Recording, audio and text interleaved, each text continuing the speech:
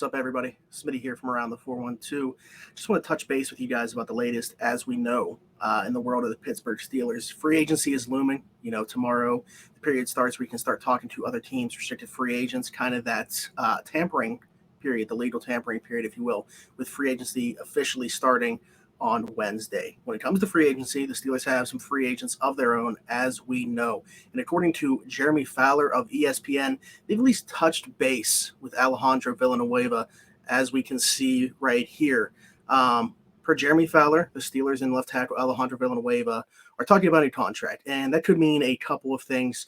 The way that I'm taking it, and it seems everybody is taking it we know the Steelers, right? They're going to, touch base with their own free agents, let them go into free agency, see what they think they can get, stay in contact with these guys. If it's a price that the Steelers are willing to match, then so be it. However, the consensus seems to still think that Alejandro Villanueva has played his last snap in Pittsburgh.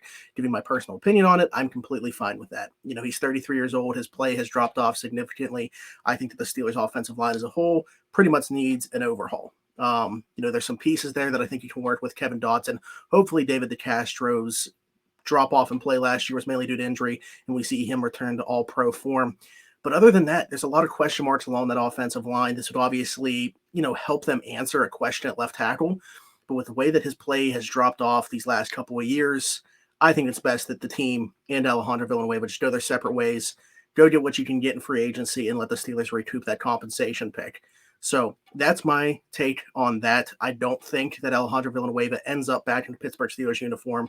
As I said, the consensus remains that he has played his last snap in a Pittsburgh Steelers uniform.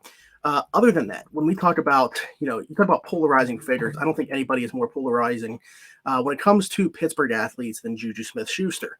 He is a free agent as well, set to command a decent bit on the free agent market, if you ask me. Where that money could fall, that remains to be seen. And there's a lot of people on both sides of it saying he's not worth wide receiver one money. At the same time, he's one of the more dependable receivers in the NFL, especially when it comes to third down, doesn't drop the ball. And when you talk about the Pittsburgh Steelers, a team that led the league in drops last year, that's obviously a very coveted asset of his game. He's dependable. Ben Roethlisberger loves him. The Pittsburgh Steelers love him. They would love to bring him back. Is he going to be back? He put out this message that I will share for you guys right here, basically saying whatever happens this week, he loved his time in Pittsburgh. He loved the 4 years here. He will carry it with him forever. That blue-collar spirit is instilled in him forever. I love you, Pittsburgh. Hashtag 412. That's a nice shout-out to us as well with the hashtag 412. But anyway, listen, I'm a fan of JuJu Smith-Schuster. I want what's best for him. I hope that he does very well on the free agent market. When you see, guys like Allen Robinson get tagged and stuff like that, that's good for him. That's one less receiver on the open market. Him and Kenny Golladay seem to be the two really coveted guys. In my opinion, he's going to have a lot of suitors. I think Pittsburgh will have interest in him, but when it comes down to it, that price tag, I just don't know that Pittsburgh is going to be able to match it. And to be honest with you, when you look at the other things that Pittsburgh needs to take care of, keeping that defense intact, hopefully bringing back at least one of Mike Hilton and Cam Sutton, if not both those guys, it's going to be hard for them to be in the market for JuJu Smith-Schuster. Would he take a hometown discount? I don't know. These are things that are still up in the air. But what it comes down to is, regardless of what you want to say about the guy, obviously he loved his time in Pittsburgh.